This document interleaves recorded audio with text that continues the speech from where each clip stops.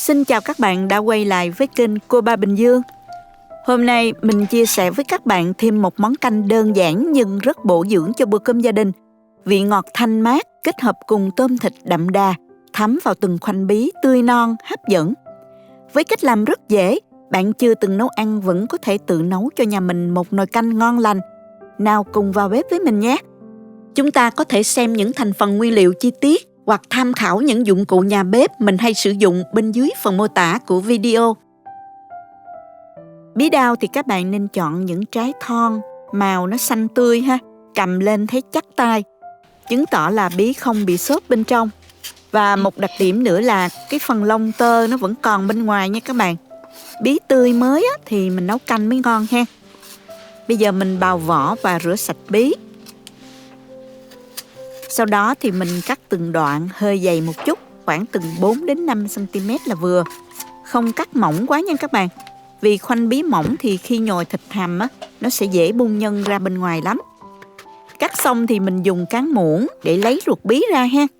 Các bạn có thể dùng dao nhỏ cũng được, nhưng mình thấy dùng cán muỗng dễ làm lắm.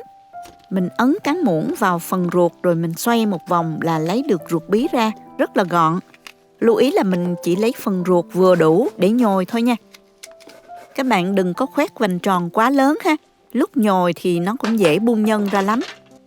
Thêm 2 tép hành lá, đập dập và băm nhuyễn phần đầu hành.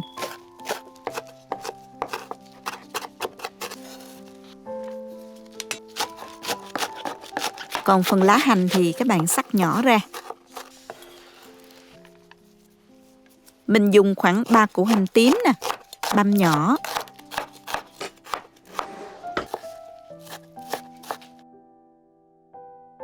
Tỏi thì mình dùng từ 2 đến 3 tép, mình cũng băm nhỏ luôn.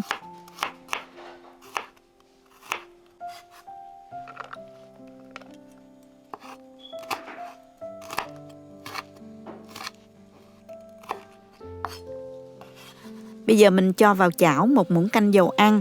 Dầu nóng thì mình cho hành tím nè, khoảng 1 muỗng canh và 1 muỗng cà phê tỏi băm vào phi lên cho thơm. Không cần phi vàng đâu nha các bạn. Chỉ cần nó săn lại và dậy mùi thơm là được rồi. Mình tắt bếp. Và bây giờ thì mình sẽ ướp cái phần nhân này với 200g thịt xay. Mình chọn loại thịt là có khoảng 30% mỡ để khi hầm á, phần nhân sẽ béo và không bị khô nha các bạn. Và mình dùng thêm là 150g tôm xay. Bây giờ mình sẽ ướp gia vị vào đây gồm có 1 muỗng cà phê bột nêm, 2 muỗng cà phê đường, 1/3 muỗng cà phê bột ngọt, nửa muỗng cà phê tiêu, 2 muỗng cà phê nước mắm. Và mình cho luôn phần hành tím và tỏi phi lúc nãy vào luôn. Hành lá sắc nhỏ và 1 phần gốc hành băm nhuyễn mình cũng cho vô luôn ha. Đeo bao tay vào rồi mình nhồi trộn thật là đều nha các bạn. Mình nhồi trộn đều và mình sẽ quết cho cái phần nhân này thiệt là dẻo ha. Trộn theo một chiều như thế này rồi gom lại và đập xuống khoảng chừng 10 lần. Nhân dẻo quện lại thì lúc mình nhồi vô á, nó sẽ ngon ha. Ăn nó sẽ có cái độ dai.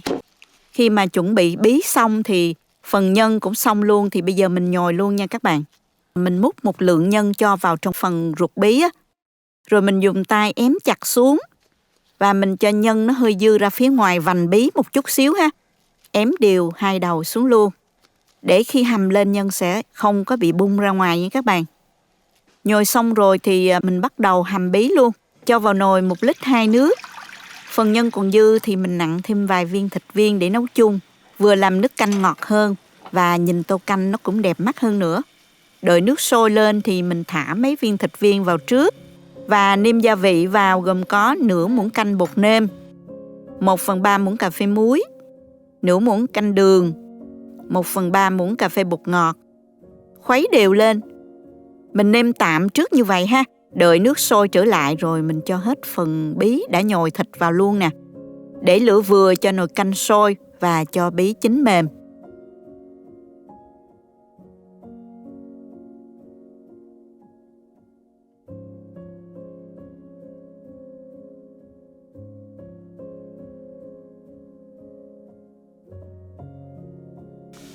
Khi nước sôi mạnh, nếu có bọt thì các bạn nhớ là hớt bọt để nước canh được trong nha. Mình hầm khoảng 20 phút. Tới khi thấy bí mềm rồi, phần thịt cũng đã chín mềm rồi thì bây giờ mình nêm gia vị cho vừa ăn ha. Mình nêm thêm vào đây 1 muỗng cà phê bột nêm. Mình nếm lại thấy vừa ăn rồi thì tắt bếp luôn. Các bạn có thể điều chỉnh theo khẩu vị gia đình ha. Bây giờ thì mình cho vào nồi nè, hành lá và rắc thêm một chút xíu tiêu cho dậy mùi thơm nữa là được rồi. Vậy là nồi canh bí đao nhồi thịt hầm của mình đã xong rồi đó các bạn. Bây giờ thì mình múc canh ra tô và dùng cơm thôi các bạn ơi. Nhìn nước canh trong vắt nè, vị ngọt ngào thanh nhẹ, khoanh bí chín mềm, mọng nước, thịt tôm thấm sâu vào vỏ bí nên ăn rất là đậm đà. Bí mềm nhưng không nhũn, vẫn còn giòn nhẹ nên ăn rất là thích. Kết hợp với phần nhân bên trong mềm ngọt, thơm lắm, có thể ăn nhiều mà không bị ngán luôn nha. Bí đao có tính thanh mát, giúp thanh nhiệt, tiêu độc. Húp một muỗng canh nóng hổi thấy nhẹ nhõm, thoải mái lắm luôn các bạn. Mùi bí thoang thoảng hòa với mùi tiêu cay cay và hành lá thơm nữa. Đơn giản mà ngon nha. Tô canh ngon còn nằm ở cách trình bày nữa đó. Những khoanh bí xanh mướt, ở giữa là khối thịt tròn trịa, điểm thêm vài miếng hành xanh bên trên. Nhìn ấm cúng và bừa mắt lắm các bạn. Canh bí đao có thể kết hợp cùng với những món mặn trong bữa cơm hàng ngày như là cá kho, thịt kho, tôm rim mặn. Các món xào đều hợp và ngon. Với cách nấu đơn giản này, bạn nào chưa từng vào bếp vẫn có thể nấu được một nồi canh bí nhồi thịt thiệt ngon cho cả nhà mình. Cảm ơn các bạn đã xem hết video. Chúc các bạn thành công. Xin chào tạm biệt và hẹn gặp lại các bạn trong video kỳ tới.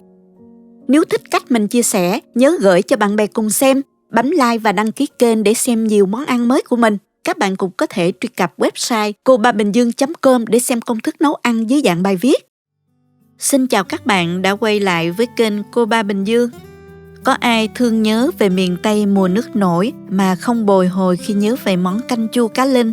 Hôm nay đi chợ Việt Nam thấy có bán cá linh, mình liền mua về để nấu món canh chua đặc trưng của người miền Tây. Dù tìm mãi không thấy bông điên điển, mình vẫn quyết định nấu với những nguyên liệu khác. Kết quả vẫn thơm ngon vô cùng các bạn ạ. Phải nói độ ngọt và hương vị của canh chua cá linh rất đặc biệt và rất khác luôn. Nên bạn nhất định phải nấu thử cho cả nhà thưởng thức nha. Nào mình cùng bắt đầu nhé.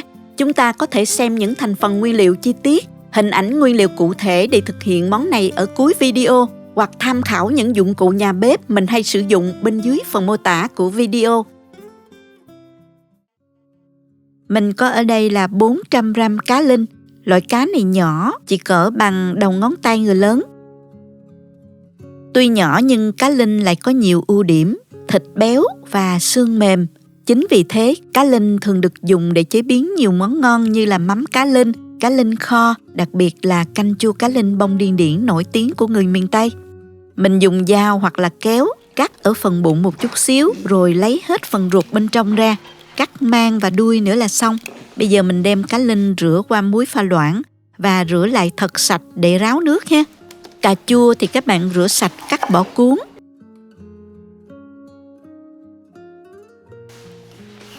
Và mình cắt muối cao.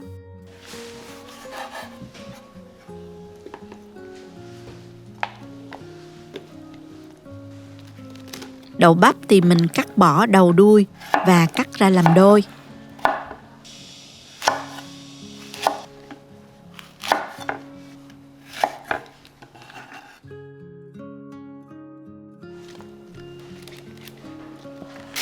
Bạc hà thì tước bỏ vỏ và mình cắt xéo ha.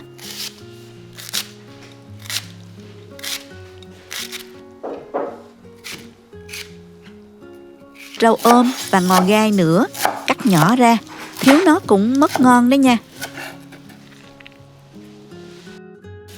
Mình dùng ở đây là 1/4 trái thơm lớn, chẻ làm đôi và cắt bỏ cùi, và mình cắt thành miếng như vậy.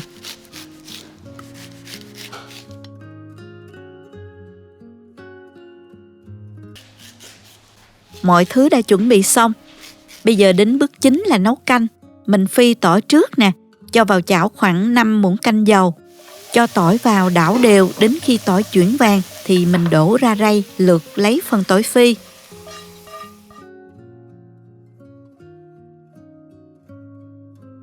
Cho phần dầu tỏi phi trở lại vào chảo và mình cho cá vào chiên sơ. Bước chiên này giúp cá thơm hơn và khi nấu không bị rã. Người miền Tây thường không chiên mà cho cá trực tiếp vào nồi để nấu luôn, vì cá rất là tươi. Nếu cá tươi thì bạn có thể bỏ qua bước này cũng được ha.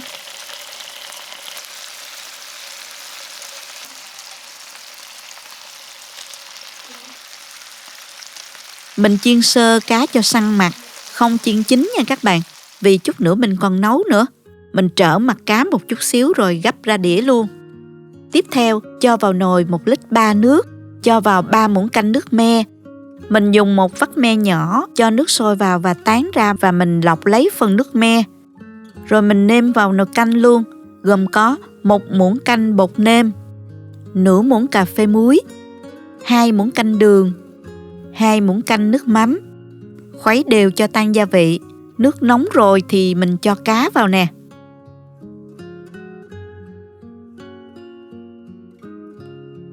Chờ cho nồi canh sôi thì mình cho thơm vào.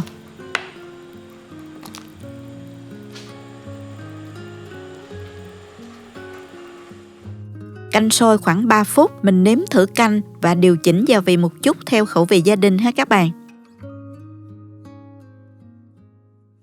Cho cà chua, đậu bắp vào trộn đều, cho đậu và cà chín tái.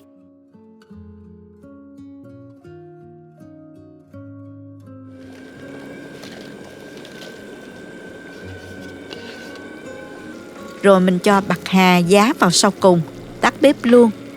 Độ nóng của canh sẽ làm giá và bạc hà chín. Sau khi tắt bếp thì mình nêm vào nửa muỗng canh nước mắm nữa cho dậy mùi thơm.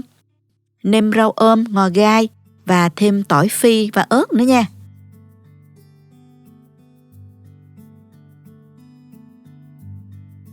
Chỉ mất một ít thời gian mình đã có ngay một nồi canh chua cá linh ngon lành cho cả nhà.